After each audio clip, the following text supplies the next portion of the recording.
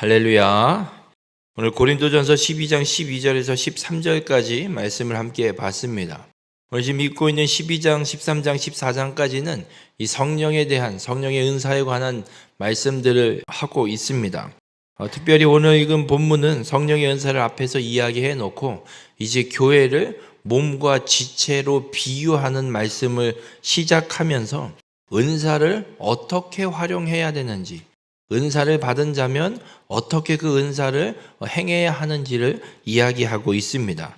먼저 오늘 읽은 이 본문에는 여러 지체로 이루어진 교회가 어떻게 한 몸이 될 수 있나, 수많은 사람들이 모여 있는 교회가 어떻게 하나의 공동체로 세워질 수 있는지를 말씀하고 있습니다. 오늘 이 말씀을 통해서 한 성령을 받아 온전한 몸을 이루어가는 우리 모든 성도님들과 우리 교회가 되기를 주님의 이름으로 축원합니다. 오늘 본문 12절에 이렇게 이야기를 합니다. 몸은 하나인데 많은 지체가 있고 몸의 지체가 많으나 한 몸인과 같이라고 말씀합니다. 각자 한 사람 한 사람 몸은 하나입니다.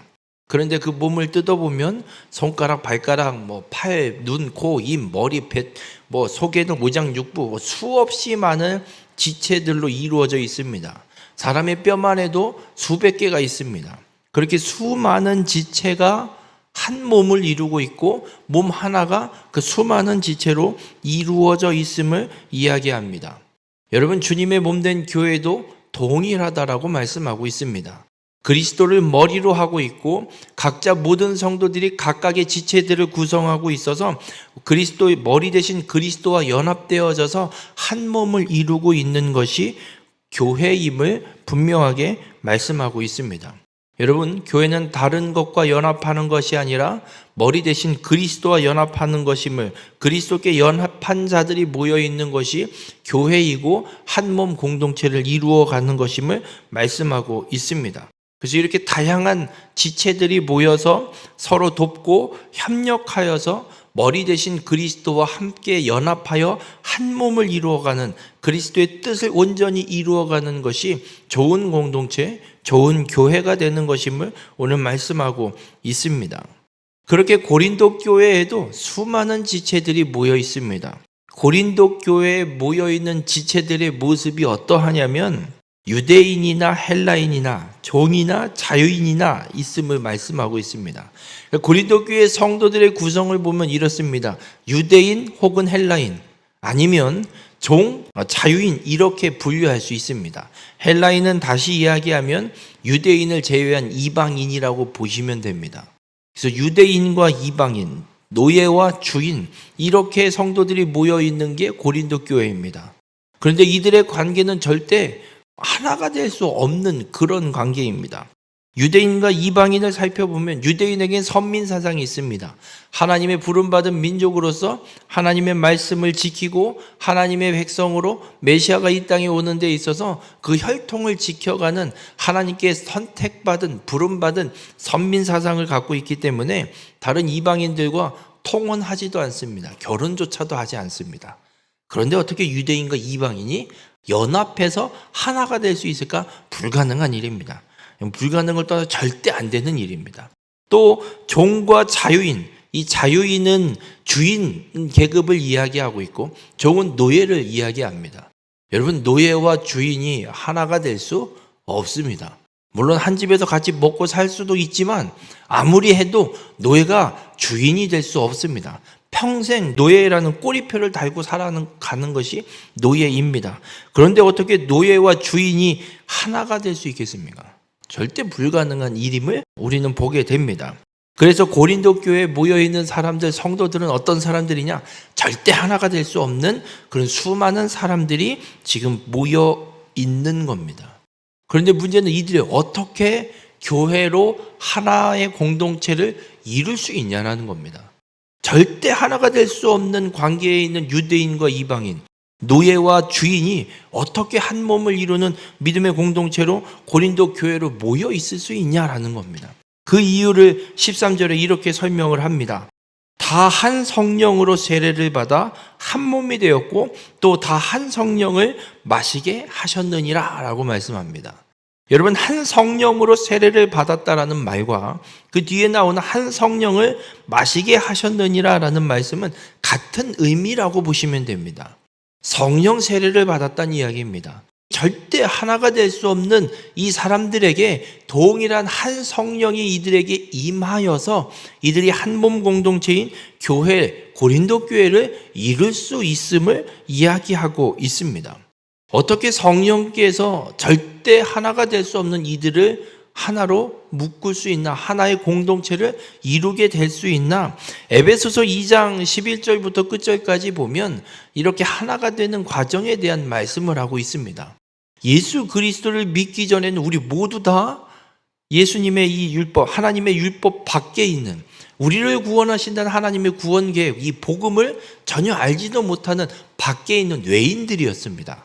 그러나 하나님이 약속하신 대로 메시아인 예수 그리스도께서 이 땅에 오셔서 십자가에서 우리의 죄를 대신 담당하시는 이 대속의 죽음을 죽고 구속을 이루어 내심으로 우리도 동일하게 예수 그리스도를 믿기만 하면 하나님의 자녀가 되는 역사가 펼쳐짐을 성경은 분명하게 우리에게 말씀하고 있습니다.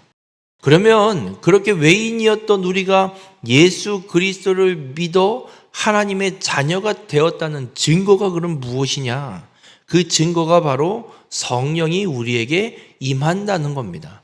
예수님께서도 말씀하시고 약속하신 대로 예수님이 하늘로 승천하시고 나면 또 다른 보혜사 성령을 보내주신다고 약속하신 것처럼 우리가 예수 그리스도를 믿어 구원받은 자로 하나님의 자녀가 된 증거는 하나님이 우리에게 성령을 보내주셔서 우리 안에 성령이 임하시는 것, 그리고 우리와 동행하시는 것, 이것이 하나님의 자녀된 증거가 됨을 말씀하고 있습니다.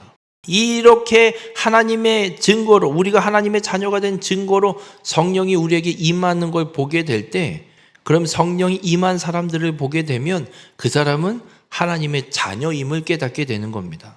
예수 그리스도께서 이 12명의 제자들과 그 마가의 다락방에 모여서 기도했던 120여 명의 사람들에게 성령이 먼저 임했습니다. 유대인에게 먼저 성령이 임해서 복음이 증거되기 시작하고, 그리고 고넬료를 시작으로 이방인에게도 성령이 임하기 시작합니다. 그래서 고넬료가 베드로를 초청해서 말씀을 듣고 그 말씀을 듣고 회심하게 되면서 성령이 그 고넬료의 가정에 임하게 되는 걸 베드로도 보게 되고, 그래서 유대인들이 자신들에게 주어졌던 동일한 성령이 이방인에게도 주어지는 것을 보면서 이들에게도 복음이 증거돼야 되는 것이 주님의 뜻이었구나. 그래서 바울을 하나님이 또 이방인의 사도로 세우셔서 이방 여러 나라들에게 하나님의 복음을 온전히 증거하게 되는 역사가 펼쳐집니다. 그렇게 유대인만 성령을 받고 살아가는 줄 알았는데 이방인에게도 동일한 성령이 임하게 되는 걸 보고 유대인들과 이방인들이 한 몸 공동체를 이루기 시작하게 된 겁니다. 이처럼 동일하게 노예와 주인에게 동일한 역사가 일어나는 겁니다.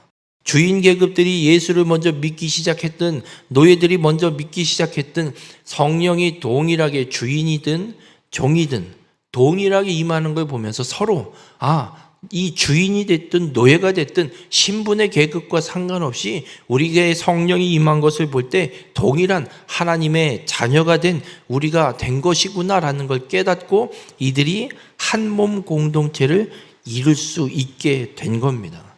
교회가 예수 그리스도와 연합하여 한 몸 공동체를 이룰 수 있는 건 사람들이 모여서 사람들이 서로에게 양보해서가 아니라 한 성령이 예수 그리스도를 믿는 모든 사람들에게 임했기 때문에 그 사람들이 모여서 그리스도를 머리로 하는 한 몸 공동체를 이룰 수 있는 것임을 오늘 성경은 분명하게 말씀하고 있습니다. 절대 하나가 될 수 없는 관계도 성령께서 동일하게 역사하시고 동일하게 임재하셔서 우리로 한 공동체, 예수 그리스도를 머리로 하는 교회 한 몸 공동체를 이루게 하심을 오늘 분명하게 말씀하고 있습니다. 우리 모든 성도님들, 우리 교회도 동일하게 성령이 하나 되게 하셨음을 믿으시길 바랍니다.